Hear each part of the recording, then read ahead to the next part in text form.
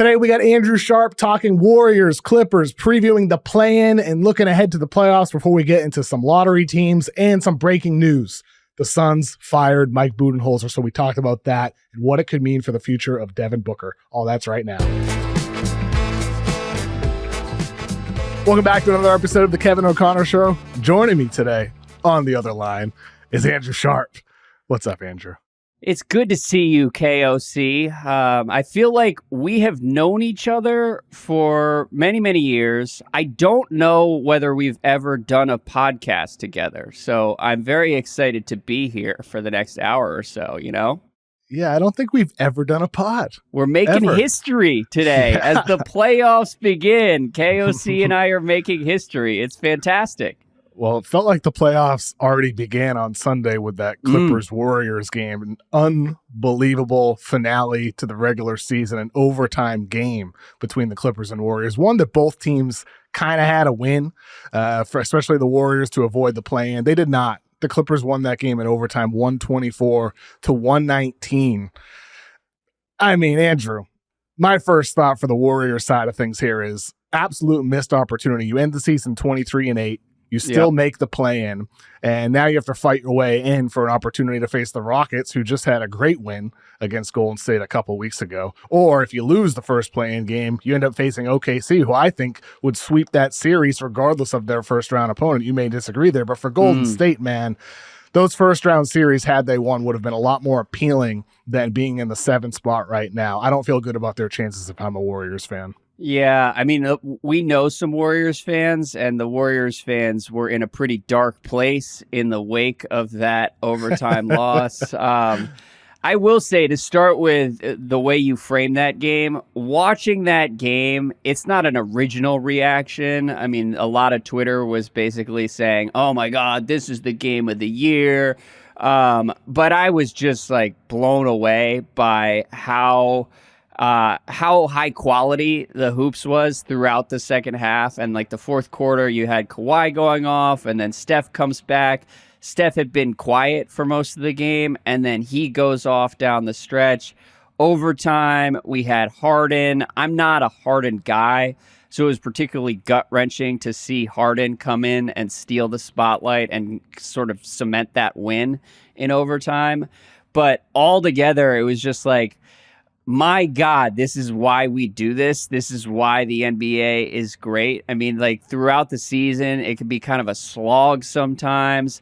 But I came away Sunday being like, all right, the playoffs are here. Let's get it going, which was nice, you know? I mean, like, particularly March and April basketball, you really got to love it to be locked in and night out, and guys are sitting, and it just is, it's like, it's tough. But Sunday, that game, both teams were super impressive. And on the Warriors side, I felt, I mean, it's hard. I mean, this is why, like, you don't want to basically punt the first 2/3 of the season. Not that they intentionally punted it, but they were a mess at the trade deadline. It's why the Jimmy Butler trade made sense. But they just had to be at such a high level so consistently through the final third of the season that they have looked exhausted over the last couple of weeks here.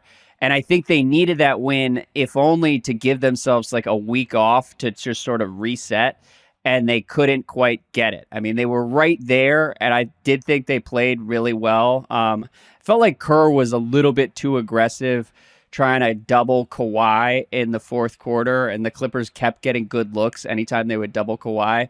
But all things considered, they did just about everything they could to get that win, and it wasn't quite enough. And I just think it takes a toll when you have to grind as hard as they did down the stretch. And it's one of the reasons betting on them to come out of the West was always a little bit of a long shot. I mean, what do you think? I think so too. I mean, look, for Golden State, I don't buy it. I've been saying it since the deadline that let's see them face some high quality opponents. Like, they've had a very weak schedule. So I think 23-8 for them since the Butler trade is a bit deceiving. They've only had 6 games against top 6 teams in the Western Conference. They're 3-3 in those games. They beat the Rockets last game ahead of the deadline. Houston was in the middle of their worst stretch of the season. 5 of their 16 games they only won. Worst stretch for them They lost to the Nuggets. They beat the Lakers. Pods and Kuminga had huge games. Kuminga, of course, did not play in the season finale against the Clippers for good reasons. He doesn't feel like he fits. Luka went 6 for 17 in that game. They beat the Nuggets, but no Jamal Murray. This was 2 games before they fired their head coach and their GM. They're lost. They lost to the Rockets. Amen Thompson completely just shutting the water off for Stephen Curry. And then they lost to the Clippers. Now, I think that final loss, you mentioned it, when you were talking about some of their decisions, Steve Kerr blitzing Kawhi Leonard, trying to take the ball out of his hands. One of my key concerns for the Warriors is, if not Steph, who? You have 3 guys on the floor at times who are afraid to shoot. Jimmy Butler, I know he had a good game overall. He barely scored in the fourth quarter and in overtime, though. He's not going to take threes. He does not take a lot of pull-up jumpers for that matter either. Afraid to shoot. Then you have out there Gary Payton as well.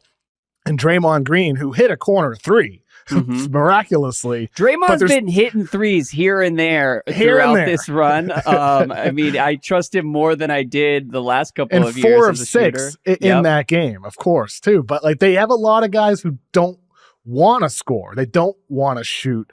And that's where I look at, they're leaning too much on Stephen Curry. They're asking way too much of him. And I just, look, Butler had a great game, and he's capable of many great games when he's in playoff Jimmy mode. But I think they used the strategy against the Clippers, doubling Kawhi. We're gonna see that against the Warriors, trying to make everybody else beat you besides Stephen Curry. Yeah, I mean, my prevailing takeaway watching them Sunday against the Clippers was, man, oh man, it's amazing that they got a title in 2022 because they're so reliant on Steph. They've been in this spot for the last 5 or 6 years, and Steph has been able to rise to the occasion and, work through double teams and just be one of the greatest players of all time, even as he gets further and further into his 30s here. And I could buy that formula in part because it's just blind faith in Steph. But you're right. I mean, like, the cracks start to show.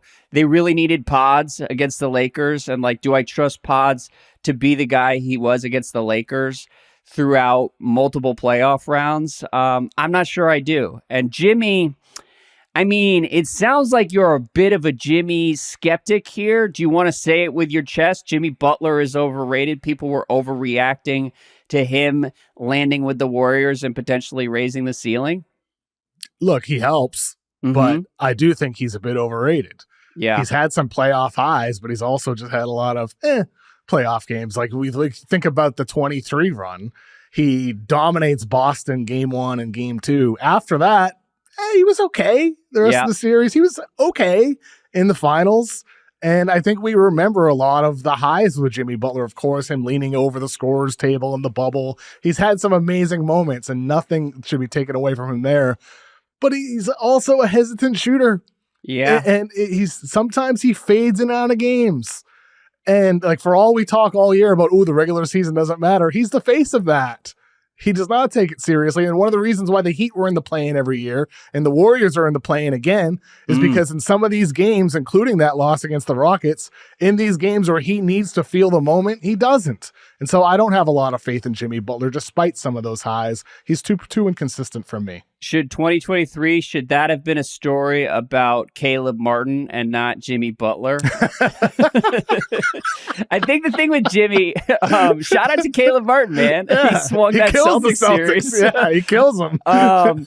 The thing with Jimmy is his highs are so high that I think he captures people's imagination, and it sort of incepts people, and they overlook some of the flaws and some of the games where he doesn't show up. Because in addition to 2023, there was also the year where they just were gentlemen swept by the Bucks, and Giannis was guarding Jimmy a little bit, and Jimmy just didn't show up in that series. And so I think big picture, Jimmy Butler's myth aside, the reality of Jimmy Butler today in Golden State is he's like almost a Draymond part 2 on offense for them. Like, he makes smart decisions offensively, and he dives to the rim and gets to the line, and all of that is very helpful. And I think he's allowed Golden State to slot role players, one or two rungs down on the hierarchy, and they're not asking too much of guys like Moody, guys like Pods, guys like Gary Payton II. But at the end of the day, what Steph actually needs is somebody who can reliably create offense in fourth quarters and relieve some of the pressure on him. And Jimmy hasn't quite been that guy in Golden State. And maybe he will flip a switch and turn it on. I thought he was flipping a switch and turning it on Sunday, and we saw that during the first half. But he then kind of fell off and flatlined through most of the second half and overtime. And he had his moments even in the second half and overtime. But he just hasn't really been consistently that number two guy. And I think that is another reason to be pretty skeptical that the Warriors are going to be able to make a run here. I would love it if they could, but there's been sort of a reality check over the last couple of weeks. In the wake of the trade, it felt like it was all taking on a life of its own. It was holy crap, here we go. And the Spurs loss, for instance, the Rockets loss, it's all right, the cracks are beginning to show here, and Steph will have to pull off a miracle for any of this to work. Definitely. And I think for them, the lack of true size could be an issue as well. Quentin Post, totally great late second round pick, 3-point shooting, 7-footer. He's a hit in the late second round, but you're not going to play him a lot in a postseason series. And you see Zubats dominates that game, 22 points, 17 boards for the Clippers. And the size difference, if it's Houston, if Clippers win their play-in game against Memphis and they face Houston in the first round, Steven Adams and Alperen Şengün, they presented size issues for the Warriors in their recent matchup, especially Şengün, overpowering Draymond at times, rebounding over him, and never mind the Amen Thompson factor with the way he can defend Stephen Curry. You don't necessarily need to double Steph when it's Amen Thompson out there, whereas the Clippers are sending 2, sometimes 3 bodies towards Steph. So I think that's a matchup issue. And if they lose versus Memphis, I don't think they're going to beat OKC. I'd pick OKC in 4 or 5. Do you feel you feel you're a little bit more of an OKC skeptic? I am an OKC skeptic, and I mean, if I wanted to be a real Warriors edgelord here, I would say, look, they need to lose on Tuesday, play the Thunder. You can beat the Thunder. Everyone on the Warriors will go into a Thunder series saying, we can beat this team. We have no fear. And I don't know if I feel that way about the Warriors on the other side of the Rockets. I mean, you mentioned Amen Thompson. That's a great matchup to throw at Steph Curry. Amen Thompson is 100 times better as a Steph foil than Chris Dunn and the Clippers. And Chris Dunn did a great job. Exactly. Chris Dunn is great. He did as good as you can expect to do. No. But then it's oh, wait a minute, there's actually somebody better. Right. And historically, a lot of the guys that have succeeded at giving Steph problems are big, long, rangy wings, going back to Tony Allen, but even Jared Vanderbilt with the Lakers a couple years ago. Amen Thompson is the apex version of those guys. And that coupled with the size that Houston has and just the waves of athleticism that they can throw at the Lakers or at the Warriors, I don't think that would be an easy series. And I look at OKC, they're a little bit more one-dimensional offensively, and I trust the Golden State defense. I would like their chances more in that series, as insane as that sounds to say out loud here. But either way, it's going to be a tough road to hoe. What did you think about the Clippers side on Sunday? Very optimistic about the Clippers. I'm more optimistic about the Clippers, this Kawhi Leonard-led version, than any other Clippers team in the entire Kawhi era. They have everything. Kawhi looks healthy. He looks like his full self. James Harden is playing even better than he did last season, and he was I know Harden gets criticized for some of the playoff lows. It's kind of relates to our Jimmy Butler conversation with some of the highs and the lows. Butler, everybody only cares about the highs. Yeah. With Harden, all anybody ever cares about is the lows and some of the choke jobs. But against some elite playoff defenses in the prime of his career, he was 28, 29, 30-plus points per game consistently, night in, night out, and he's had some highs, including that game against the Warriors, 13 of 23, 39 points in the game, carried them in overtime. He was absolutely sensational. And so they have the playmaker next to Kawhi. They have the wing defenders. Chris Dunn was really good in that game, hit his threes as well offensively. Norm Powell did not have a great game, but we know he can fill it up. And then Zubats, one of the most improved players of the entire season. It's wild with Zubac. Every time I watch them, I'm like, this guy is great. Like, why isn't there more national conversation about Ivica Zubac? And I don't want to get carried away, but like, he's just been so rock solid. Literally every time I've watched the Clippers since October. And I mean, he was great Sunday. It is about Kawhi and Harden as far as like my ability to trust this Clippers team. Like, can Kawhi stay healthy for multiple playoff rounds? And Harden, his numbers are solid when you look back at his playoff numbers. There have been so many nights in the playoffs with James Harden where I'm just like, where is your head at right now, and what is going on? But that's where they have Kawhi now, where you don't worry about that as much. Kawhi's head is always there in the postseason, and with Harden, some of his past teammates, you can look back to OKC. Sometimes Harden had those nights you're describing, but his teammates were Russ, who I don't know where his head is at any moment. Yeah. Kevin Durant, we've seen him obviously win 2 championships with Golden State, but he's also had a bunch of teams flame out as well, because he in part isn't that kind of leader type, the one who's always there. Kawhi is. Mm-hmm. And Kawhi looks to be playing at an optimal level right now. It's just, for me with Kawhi, is he going to stay healthy? That's literally my only concern with Kawhi Leonard. But he has the creator next to him and Harden who can help. They kind of compensate for each other's weaknesses. Kawhi creation, well, that's where Harden comes in. And stability for Harden, that's where Kawhi comes in. And then they have enforcer like Zubats who can fill some of the gaps. And they have wing defenders as well.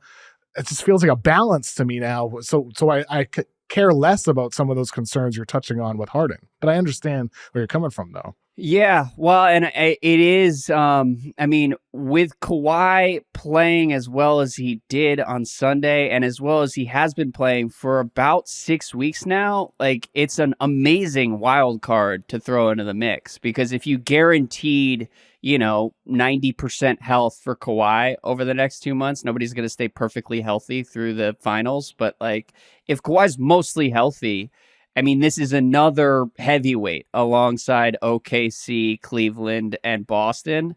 And I don't know how much I can trust it, but because I've been burned by the Clippers in the past, I've been a Kawhi believer. I worship in the Church of Kawhi, and it's been that way for many years. But for the last several years, the Kawhi believers have been burned pretty badly. Like, remember 2 years ago, he showed up and looked unbelievable in the first 2 games of that Clippers-Sun series, and then just fell off the face of the earth. And like, he tweaked something and never played again. Or maybe he tore something. I don't know. But that's the cycle with Kawhi. So I'm really wary of trusting anything we saw on Sunday. But what we saw on Sunday was like a really, really high-level basketball team. And so I would say all bets are off for the next 2 months as far as what the Clippers can accomplish. Yes, it is merely, to me, a question of, can Kawhi Leonard stay healthy? And of course, if they do win their first-round matchup against the Nuggets, they'd face, in all likelihood, Oklahoma City in the second round. Would you pick the winner of the Denver Clippers series against OKC, regardless of who wins in the first round? Not regardless of who wins. If it's Clippers, OKC, and healthy Kawhi, I think I'd give the edge to the Clippers in that series. And with OKC, my concern is basically that they don't have enough consistent scoring outside of Shai Gilgeous-Alexander, because Jalen Williams is another guy who, in big games thus far, and he's young, so obviously he can change the narrative, but there's a little bit of Harden with Jalen Williams where he'll just show up and kind of flatline in moments where you would expect him to step up. And so if he turns the corner, OKC should be fine, but I don't really trust Jalen Williams, and I don't trust them to get consistent shooting from guys who have shot good percentages during the regular season, but like game on the line, fourth quarter, do they have enough if people take away Shea? Like you go back to the Mavs series last year, Shea was pretty spectacular, all things considered. Like I would not ask for much more from a superstar, but like Jalen Williams struggled, Chet Holmgren struggled, and the role players just didn't have enough punch. And so if it's opposite Kawhi Leonard and James Harden and Ivica Zubac, and then some Clipper role players who I trust at least as much as the Thunder supporting cast, I think I have to give the edge to the Clippers in that series. The Nuggets, I don't think they can defend enough to win at a high level in the second round of the playoffs. But perhaps I'll be wrong. I would be delighted to see Jokic make a run to the finals. I just don't see it this year.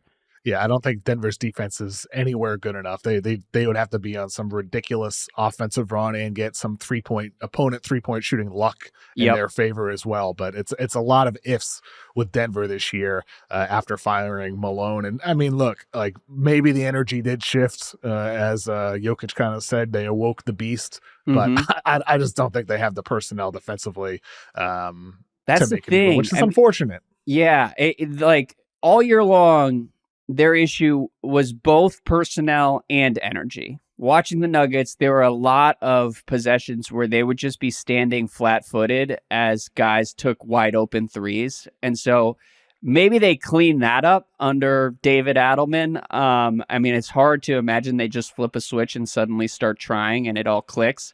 But maybe that's what's happening. They woke up the beast. Even so, though, they still just don't have very good personnel defensively. So I'm pretty much out on the Nuggets. Are you an OKC Bull in the West? Do you think they're going to be the ones coming to the finals? Yeah, I do. Yeah. Look, I understand the concerns. I wrote about it way back in December about the need for an upgrade over Jalen Williams or him to improve into the guy that you're describing because the concerns are real.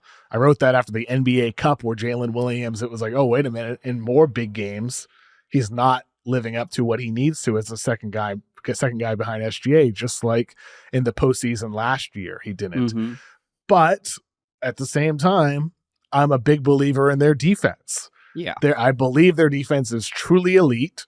I think it is at least this year, in comparison to the other defenses, an all-time defense and in comparison to the other teams on the court. And now, is it better than the 04 Pistons? Not necessarily, but this year, they are a historic defense. Yeah, and I'm glad you mentioned the 04 Pistons because I was going to ask you, like, historically speaking, when is the last time we've seen a defense on this level? I don't have an answer off the top of my head, but I feel like, yeah, I feel like they're in, we need to go back decades to talk about a defense that's on this level. And that is the case for OKC. It's like, and those Pistons did not have the MVP on their team at SGA, a guy who's capable of scoring 40 points any night. Yeah. Or 20 points every night like he does. He scores 20 every night. And not only that, Shea pretty reliably gets good looks toward the end of games and is a half-court solution that most teams aren't going to have in the playoffs. And so I would feel really good if I was just going to Shea over and over again over the final 5 minutes of a close game. And that might be enough. Having Shea and then a defense that is, about as good as anything we've seen for the last 15 years in the NBA. I mean, it is a powerful formula. I wish they had a little bit more creation if teams just sell out and double Shea. Can you trust Jalen Williams to beat somebody off the dribble and get good looks? I don't know yet. I don't trust him, but yeah, OKC is the boring pick and probably the correct pick at the end of the day. So we'll see. I'm rooting for chaos though in the West. Yeah, chaos would be fun, and we will get the Lakers and Wolves a Gobert-Luka rematch from last year when Luka hit an amazing game winner in front of Rudy and screamed at him. We'll get to see that again. Now, if you're a Wolves fan, you're watching the Warriors-Clippers game. If the Warriors win that game, you are the 5 seed, and you get to face off against Denver. again in the first round. Well, the Warriors lose, Clippers win that. You end up the 6th seed with a first-round matchup against the LA Lakers. Are you very angry this morning if you're a Wolves fan, Andrew? Or are you feeling better against the Lakers than you would have against Denver? Because I'd be angry. Yeah, I mean, I am sort of a Wolves fan. I'm known as a Wizards fan, and I believe we're going to talk about the Wizards later in the podcast here. But I have been on the Wolves bandwagon like pretty hardcore for the last 2 years here. I cannot bear watching the Wizards night in and night out, but I do watch almost every Wolves game. And I actually, in the back of my mind, had a little bit of anxiety about the Nuggets matchup if I'm a Wolves fan, because the Wolves have just like beaten the Nuggets so consistently over the course of this season and really last season too. Like, it was a good matchup.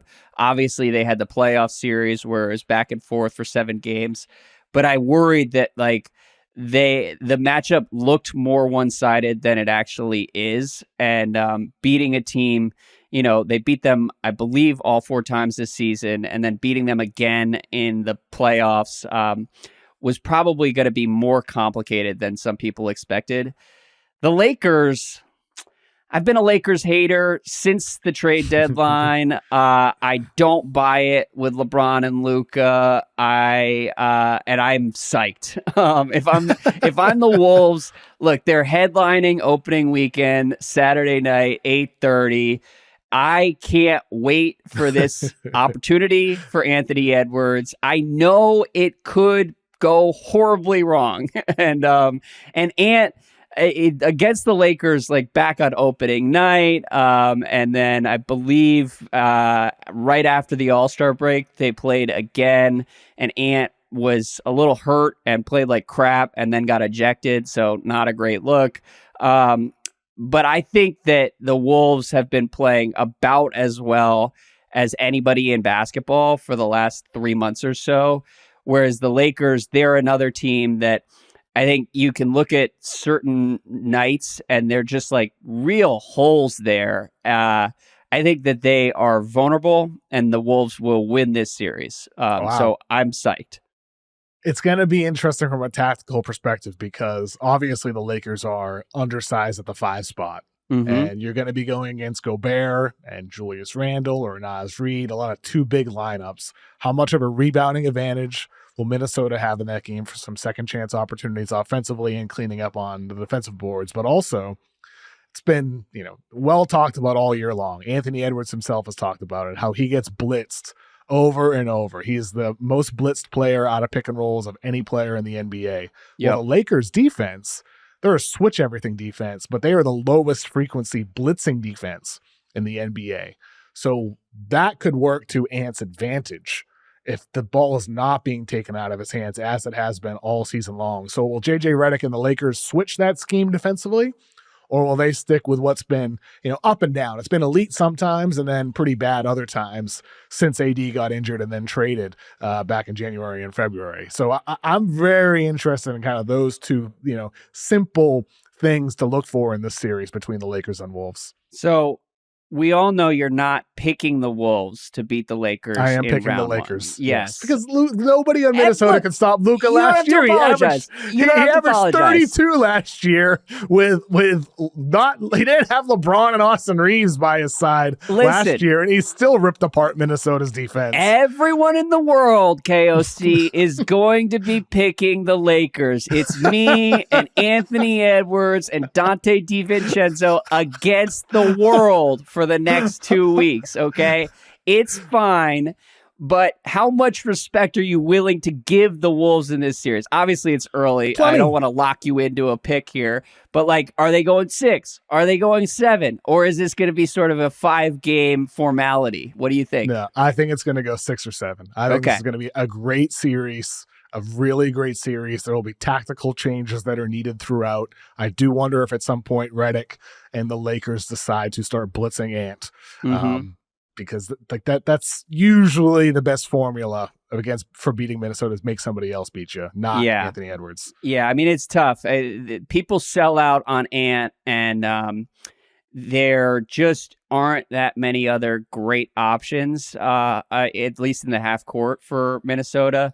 The one thing that that does concern me on the Wolves side is if you go back to last year's Western Conference Finals, Luka was a pretty vulnerable defender throughout that series. And obviously we saw in the finals, the Celtics just like back cut him to death and targeted him over and over again and eviscerated the Mavs in part because of Luka's defensive shortcomings.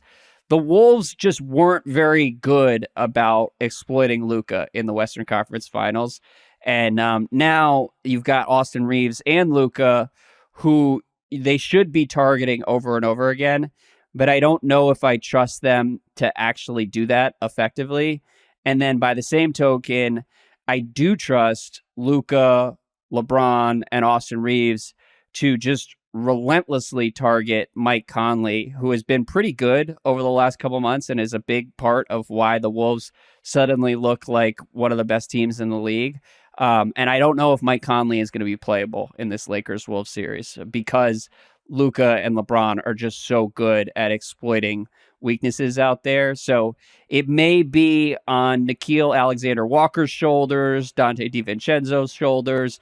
They're going to be in the trenches with B for the next 2.5 weeks, and we're going to shock the world together. But we'll see what happens. I mean, that's the game that I've like circled. I'm so excited about this weekend, but it's all looking pretty great.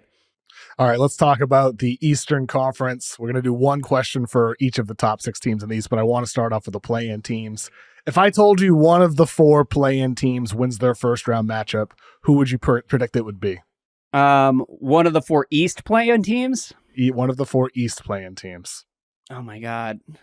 Who are the East playing teams? Let's list them for the listeners and for Andrew Sharp. Listen, we will have Magic versus Hawks and we Bulls got the versus Heat. We got the Bulls.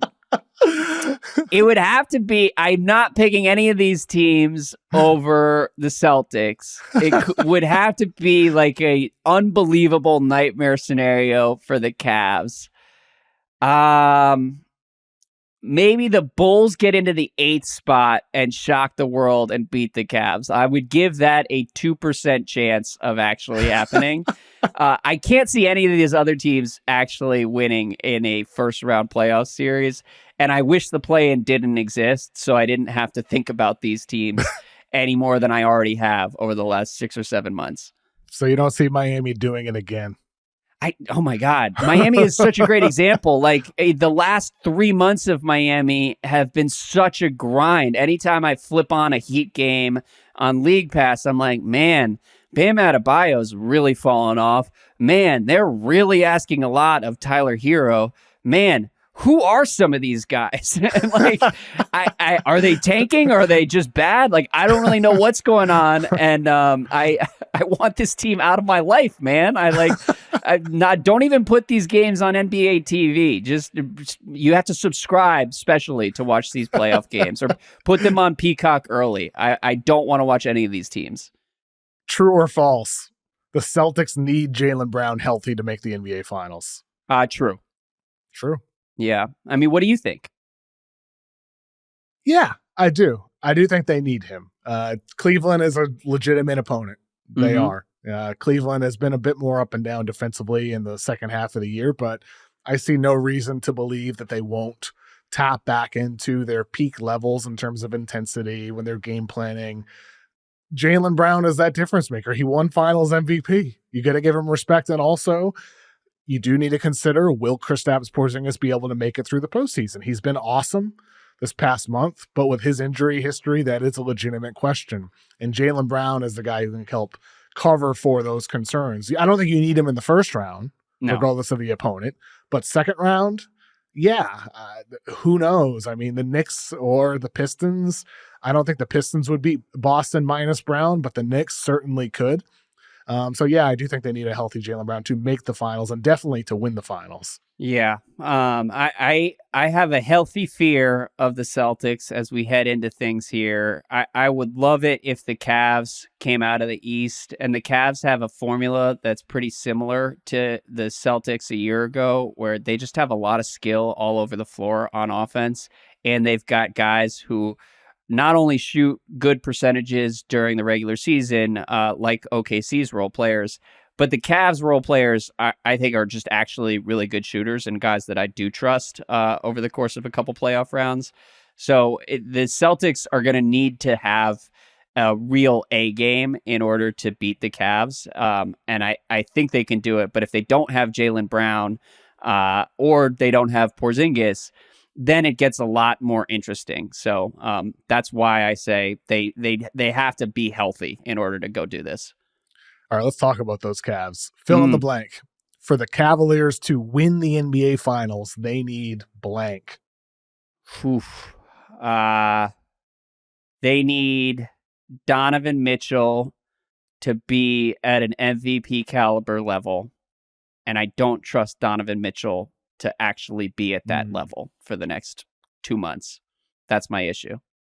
What is holding you back from believing in Mitchell at that level? Watching the last 5 years of his career, probably. Like, I think he's been really good. He's been an all-star. I don't think he is he'll have these stretches, and he had one of these stretches to start the year where you're like, well, something clicked. Donovan Mitchell is D-Wade now, and he's D-Wade with a three-point shot. This guy is amazing. And then the percentages will fall off, and it just doesn't quite it doesn't quite last. And so I feel like there are just a lot of peaks and valleys with Donovan Mitchell. And if you go back at it and look at his playoff history, there are peaks and valleys like within playoff series for Donovan Mitchell. And so I need more peaks than valleys, but I'm not sure that we're going to get that on Cleveland's side. What do you think they need? I think they need to be I think Mitchell Garland, I'm trying to think of how to phrase it. The Mitchell Garland small backcourt can't be the weakness that it could be. Teams are going to try to exploit that. They're going to try to take those guys into ball screens. They're going to try to bring them on ball. That's going to happen every single series. Yep. If that's not the concern, if that's not the Achilles heel that it could be for them, then they got a shot to win it all. And that might not have to do with them specifically. It might have to do with how Mobley and Allen are able to be on the back line. It might have to do with how their wing defenders, Hunter and Okoro and Wade and all these guys are able to be as help defenders, help and recover to shooters on the outside. It might not be anything Garland and Mitchell can do anything about. They're going to try their hardest. Or it might have to do with Garland. Offensively, he has not been the same since he had his big fall. Can he overcome some of what he might be giving on defense with spectacular offensive play? Because pre-injury, he was awesome. And since then, he's been okay. He's looked more like he did last year. So there's a lot of things surrounding that Mitchell Garland lack of size in the backcourt that can help overcome it. But to me, that's going to be the key above all else. I'm not worried about the Mobley Allen front court.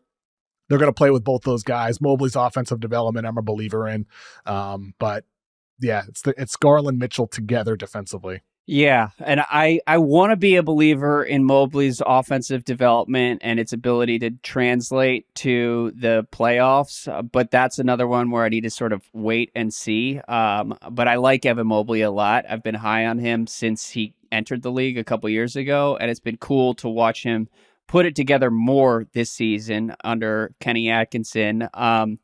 Your point on Garland's offense, I've never really been a Donovan Mitchell guy. Not like a full Donovan Mitchell hater, but he's just never really knocked my socks off, and the aesthetics of his game are not my favorite. I love the aesthetics of Darius Garland's offense, and so I have been in on Garland for years now. But in my heart of hearts, do I trust him to capitalize enough on offense against teams are going to throw bigger guys on him and make it really difficult for him offensively. And the thing with Garland is he's a little bit small, and so it's easier to bother him, and he's going to get exploited defensively. My worry with him is he going to be good enough offensively to make that bargain worth it for the Cavs across a 7-game series against the Celtics? And I really don't know. So that's another unknown that is definitely worth highlighting as they head into things here. All right, we're going to see the Pistons and Knicks face off. A Pistons true or false for you. True or false? Cade Cunningham is the best player in the series. True. I would say true. What do you think? No, I'm still taking Brunson. Oh, Brunson, boy. Best player in Pistons Knicks right now. Yeah, I like Brunson, and maybe I'm just becoming intoxicated with like Cade's next 5 years as opposed to Cade's next 2 weeks here, because I'm very excited about what Cade's future looks like, counting on him to anchor the 2028 version of Team USA. Feel like he could potentially be a top 10 guy for the next 5 years, maybe get some MVP love in the years to come. And I mean, when you look back at the way Cade has played against the Knicks this season, like his numbers are spectacular. And I trust him to be a little bit better defensively than Jalen Brunson can be in any matchup. So I give a slight edge to Cade. But I also have to grant that Jalen Brunson in the playoffs has been really good, and I will probably be really good again for the next 2 weeks here. You know, I think that's why I favor Brunson. It's just we've seen him do it in the postseason. And with Cade, we haven't. I mean, the Pistons have not been good. They were a 14-win team last year. They become a 44-win team, one of the biggest jumps year to year in NBA history, the 5th highest ever. Mm-hmm. And they're the only team that's done it without adding a superstar. Like the other teams that have done it, it's been teams that, you know, the Spurs drafted Tim Duncan, David Robinson returns from injury. The Celtics get Garnett and Ray Allen. The Suns sign Steve Nash. It's a lot of teams like that did it historically. And the Pistons, well, I mean, Cade got better. They hired J.D. Bickerstaff. They signed Malik Beasley, and Malik Tobias Beasley has turned the whole franchise around, man. I feel bad for Beasley. Harris. He so badly wanted to lead the NBA in 3-pointers this year, and then Anthony Edwards plays 40 minutes against the Jazz, and he steals it from him. He took it from him. It was amazing. First of all, I didn't know that was a stat that guys tracked because Malik Beasley is like, total 3-pointers made. I'm going to win. Anthony Edwards, you need 7 threes. Good luck, my friend. And then Ant comes out and is like, yeah, I was tracking it all game. I was psyched to hit that 7-3. And Jalen Clark was keeping me updated throughout the game. I was like, what the hell is happening here? It's like total points. Like nobody pays attention to any of this. But as far as Malik Beasley, I will say it's been a cool story in Detroit this year. He's been really good for them, and I sort of expected their season to go off the rails once Jaden Ivey got hurt, but it hasn't happened that way. They do ask a lot of Malik Beasley, and maybe too much of Malik Beasley for me to actually trust them to pull off the upset against the Knicks, because like outside of Cade, there are not that many guys who can score. And so I just don't see it offensively for Detroit, but perhaps I'll be wrong. Well, I agree with you. And if we are wrong, well, that would mean the Knicks lose in round 1. If the Knicks lose in round 1, does Tom Thibodeau get fired this offseason? I'm going to throw an even hotter take at you. If the Knicks win in round 1, Tom Thibodeau should still be fired in New York. I just look at their mix, and I said this when they traded for Cat, and look, there are people who could come back at me and say the numbers offensively for the Knicks have been spectacular all season long. So if you're complaining about the offense, I don't know what you're looking at, because look, the numbers are fantastic. That's true. But I also look at their offense and just feel like the sum is less than the I'm going to absolutely butcher this. They have more tools than are currently being optimized in New York. And I don't like how reliant they are on Jalen Brunson.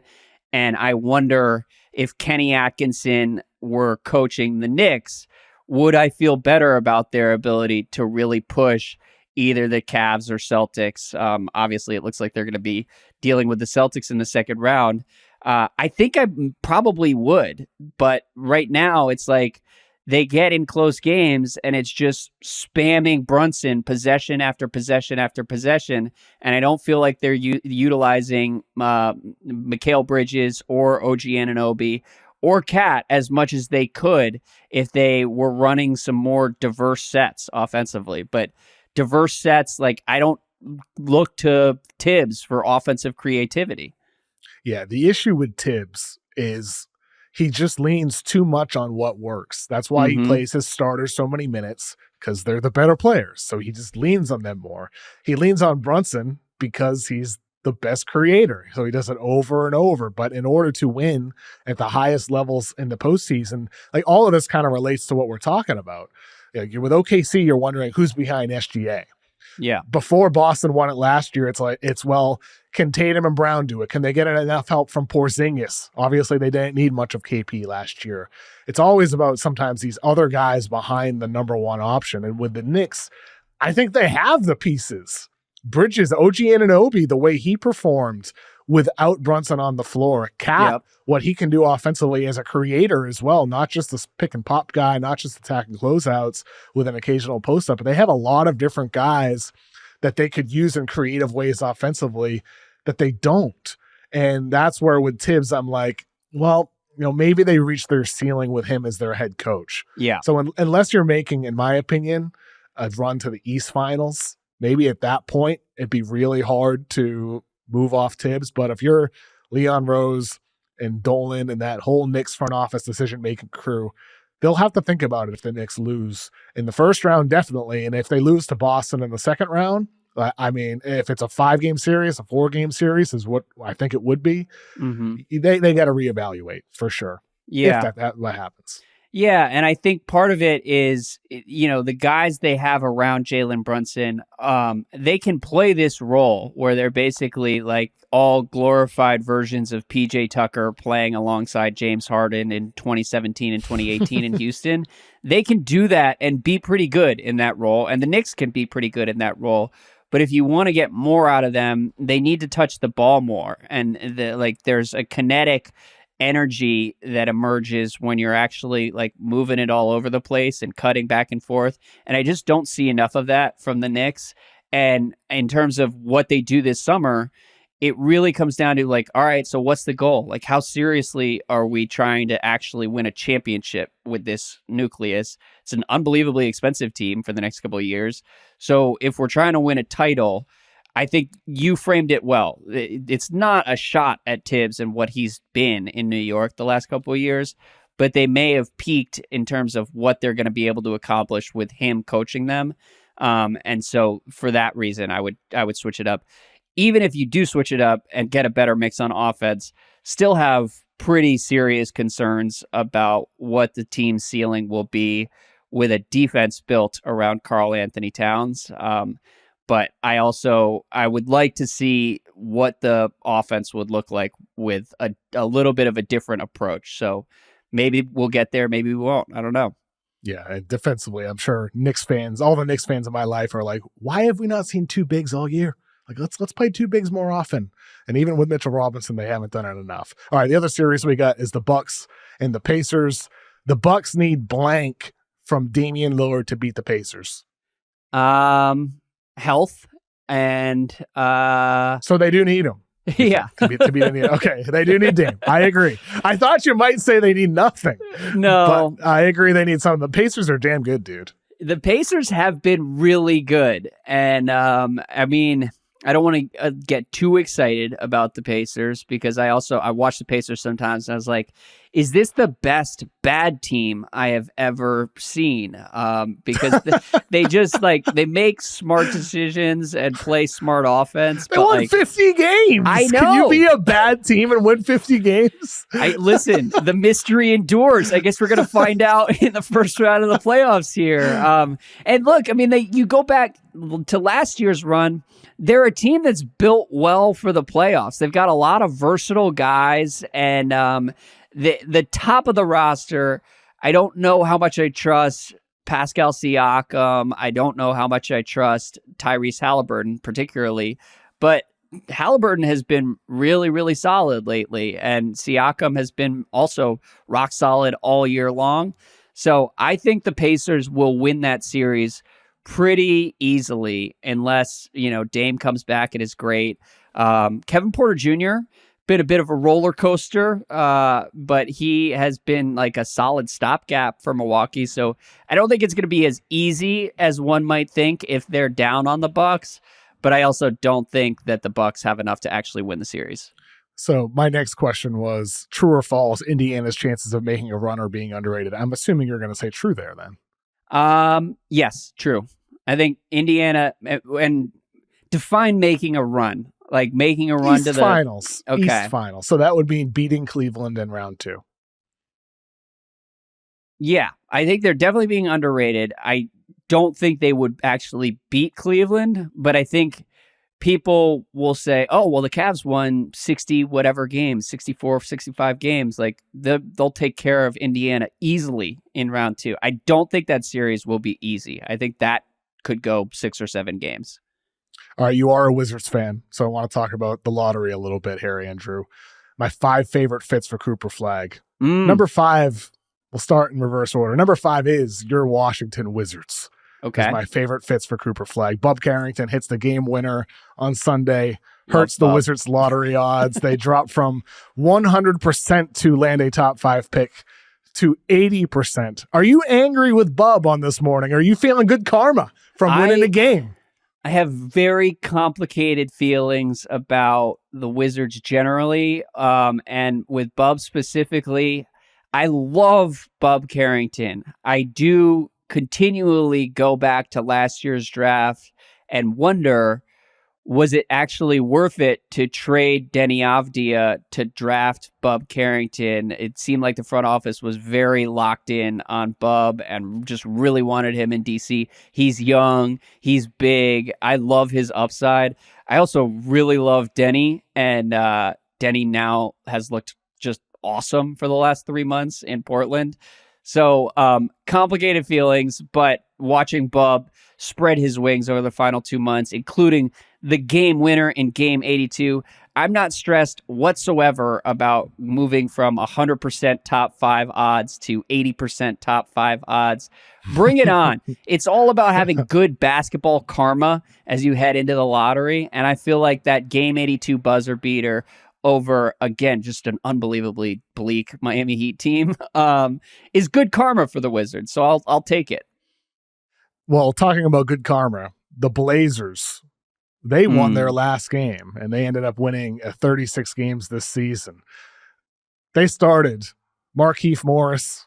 The Lakers started their opponent, Markieff Morris, Alex Len, Shake Milton, Dalton Connect, and LeBron James Jr., an impossible game for the Lakers to win, an impossible game for the Blazers to purposely lose to assure that they would have the 9th best lottery odds. They end up tying with the Phoenix Suns. They'll send their pick to the Houston Rockets after a coin flip to determine who gets the higher draft lottery odds. It does feel like there's some teams here in the bottom 10, Washington included, Portland, that they weren't entirely trying to lose games here. The Wizards had some wins down the stretch after getting Chris Middleton. Some of these teams weren't full-on tanking necessarily. I hope the lottery gods reward one of these types of teams. That would be cool if that happens. So is Portland your number 4 in the top 5 number fits? 4. Number 4. I will just say, if Portland trade, because the one way I've rationalized the Denny Avdia trade in DC was, All right, well, the front office, they recognized that if Denny had remained in DC, the Wizards would win too much this season and cost themselves a shot at a top 3 pick, number 1 pick. And really, that's all that matters in terms of, putting together a championship nucleus. If Portland trades for Denny Avdia, has a 36-win, sneaky fun season, because the first 6 weeks, very, very bleak. But after that, there was something going on in Portland. Chauncey Billups, he signed the contract extension yesterday, deserves it. He did a really good job with this team. If Portland gets the number 1 pick and gets to have Denny Avdia for the next several years and the Wizards slide to 6, I will be tearing my eyeballs out on lottery night. So goodbye, sweet world. I'm out. We'll see. I really hope it doesn't go that direction, but I agree it would be a fun fit in Portland. I hope it does not go that direction either. Oh my God. We need the GOAT. My eyeballs. I need my eyeballs for my kids. Yes. Number 3 on my list is the team kind of attached to Portland. It's the Houston Rockets. I know I'm picking a 50-win team as my number 3 for favorite Cooper Flagg fits. I just think it would be cool to see Cooper go to a team that's winning already. And B, it's the most comical possible result. It's just so funny if they get the number 1 pick with the Suns pick. It would be Phoenix, man. Hilarious. I know. I feel bad for Phoenix, but it would be funny. Yeah, literally poor Phoenix as they are bankrupted by Bradley Beal's salary for the next couple of years. Maybe they stretch it. So I would love that. And one of the things that I think is frustrating about the NBA is we have these superstars come in through the draft and then you just get stuck in these horrendous situations. And I actually think it's bad for the NBA's business to sort of build this way. And so if you could have Cooper Flagg, who I think has a chance to be one of the headline superstars of the next 10 or 15 years, and just throw him on a team that's relevant right away, that would be a fantastic outcome. I would love to send him to Houston. I think there was talk about, you may have raised this, maybe it was my co-host Ben Golliver, Cooper trying to force his way to OKC somehow. I strenuously object to that scenario, but Cooper on the Rockets, let's do it. It'd be fun. Yeah. Cooper, the OKC scenario, highly unlikely now at this point that the Clippers have made the postseason top 6, so that pick is not going to be. That's right. Yes. Okay, so this is a month or 2 back when Ben and I were talking about that. But I do think Houston would be more acceptable as that type of franchise for him to force himself to. But I don't think he's going to do that.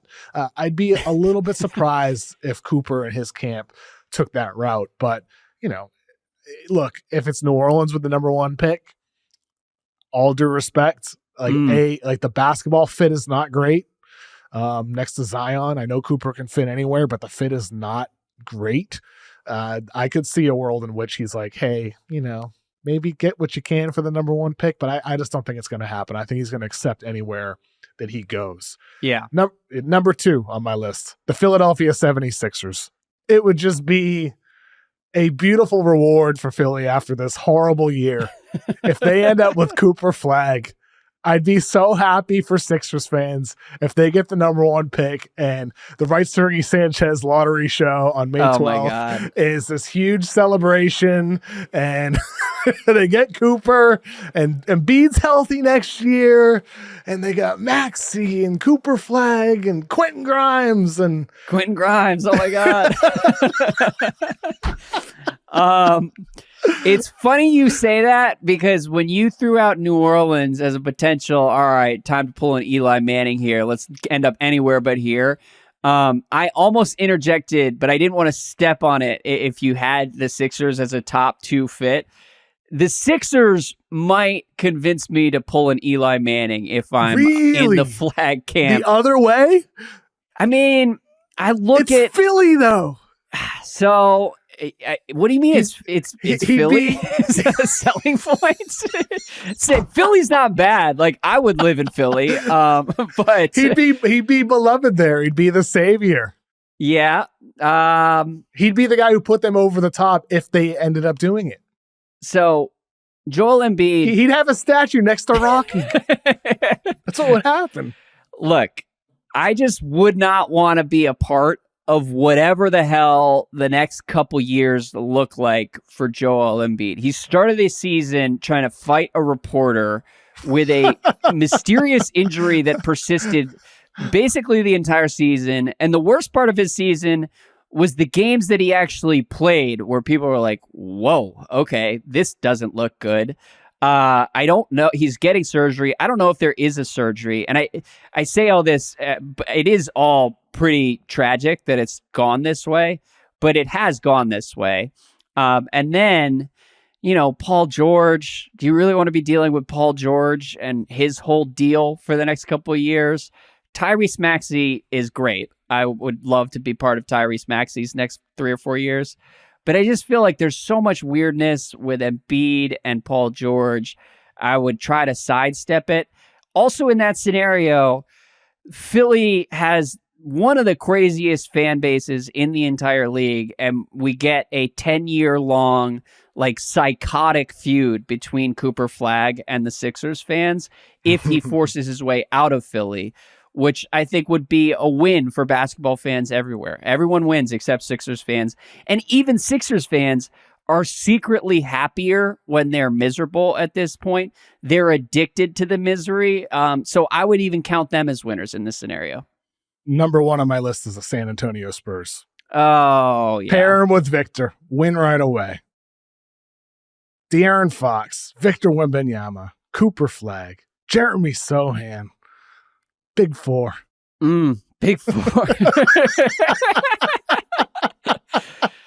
I mean, it's funny because earlier when I mentioned the Thunder scenario, what I was actually thinking of is force his way to the Spurs to play with Webby for the next decade, and how much that annoyed me because I podcast with Ben Golliver on Greatest of All Talk twice a week, and he is the most shameless Victor Wembanyama shill on the planet. I have to hear about Wemby and the Spurs and the decade-long reign that's coming. It's been like this for years. I really don't want him to end up on the Spurs because Golliver's also all the way in on Cooper Flagg. I'm all the way in on Cooper Flagg also. I'm sort of Wemby agnostic at this point, but it would bring Ben so much satisfaction if Cooper Flagg ends up in San Antonio that I can't possibly allow that to happen. I will throw my body in front of the Flagg to the Spurs bus and try to prevent it any way I can. We had some breaking news during our podcast recording, Andrew. Have you seen this yet? I have not. Okay. All right. I'm just staring at Tankathon here, hoping for the best for the Wizards. 2 pieces of breaking news. I'll give you the less interesting one first. The Pelicans have relieved David Griffin from his duties as GM of the team. Okay. Feel like it's time. Yep. And number 2, the Suns have fired Mike Budenholzer. So this is 3 coaches in 3 years for the Phoenix Suns. I don't know, man. That was another one where if you watch Suns games, it's hard to argue with firing Budenholzer because they just the Suns Lakers game 3 weeks ago. The effort was so egregiously bad that I guess you have to fire the coach. You can't fire all the players. That's the problem for the Suns. And they've run into this problem 3 years now. So I guess you have to try it with a new coach. I don't know. What do you think? Yeah, I think they had no choice. Bud did not have that locker room at all. Not just KD and Beal, these guys who won't be there forever, but Booker, who they hope will be there forever. I don't think he had the trust of Booker either. So you had to let Bud go. Tactically, I don't think he brought what they hoped he would bring. He did not feel like an upgrade over Vogel. If anything, Vogel, from an X's and O's perspective, seemed like the superior head coach to Budenholzer, and maybe that's in part the fault of the players rather than the coach. So, but as you said, you can't fire all of the players. They're going to trade some of the players. They might stretch one of them, Bradley Beal. I would imagine they're going to try to trade Kevin Durant for the highest offer possible. And with Booker, I'd assume they'd prefer to keep him. And he says he'd like to be with the Suns forever. I'm I'm not totally certain that Phoenix would say no to every offer. If somebody makes a ridiculous offer of 5 first-round draft picks and, some young guys or whatever it might be, I'm not totally 100% certain Phoenix is going to say no to that. Interesting. So I think that's something just to keep in mind for Phoenix there, because if you're Houston, everybody talks about Houston going after Kevin Durant. What if Houston offered a ton of picks for Devin Booker? So that's just a thought on my mind. I think they had to fire Bud because that's number one. He wanted to be there to win. They're not winning. And B, the players did not like him. So regardless of what you do this summer, you had to hire a new head coach. That was a clear, easy decision in my book. But the tough stuff is still coming. What the hell is wrong with the players? It's part of my issue here. Like, they did sort of the Mean Girls Too Cool for School routine with Vogel, and they did it again with Bud. So, like, you can't just keep being like, well, no, this guy's the wrong voice for the locker room. The problem is the locker room. I feel like all of this reflects pretty poorly on KD and Booker as leaders. And Booker, before KD got there, was someone who I felt really good about as far as his intangibles are concerned. And it's all just kind of gone sideways the last couple of years. I don't want to pin it all on Kevin Durant, but like whatever that dynamic is pretty corrosive. I'll be curious to see what kind of market they can gin up for Kevin Durant. And just like, I think the logistics of making a Kevin Durant deal and executing a trade, given their cap situation, are pretty complicated in their own right. And Booker, he's making a lot of money, and enough money so that if I were the Rockets, I probably would not go that direction, because that will force really difficult choices elsewhere on the roster. The landing spot that I've seen that does make sense would be Booker to Detroit to pair him with Cade for the next couple of years. And if you're Detroit, like, who else are we spending that money on? Probably no one anywhere near Devin Booker's level. So I would, if I were the Pistons, I would put the Godfather offer on the table and roll the dice with Booker and Cade and Oscar Thompson for the next couple of years. Hopefully they go that direction. I don't know. Ishbia doesn't seem like he wants to rebuild. That's the issue. No, and Booker's from Michigan as well, so maybe that'd be one team he'd actually be happy to be traded to. But Ishbia and the Suns, I've reported on this podcast before, they don't want their picks back. They don't care about getting their picks back. I don't think that is an appeal to them. They want to continue trying to win.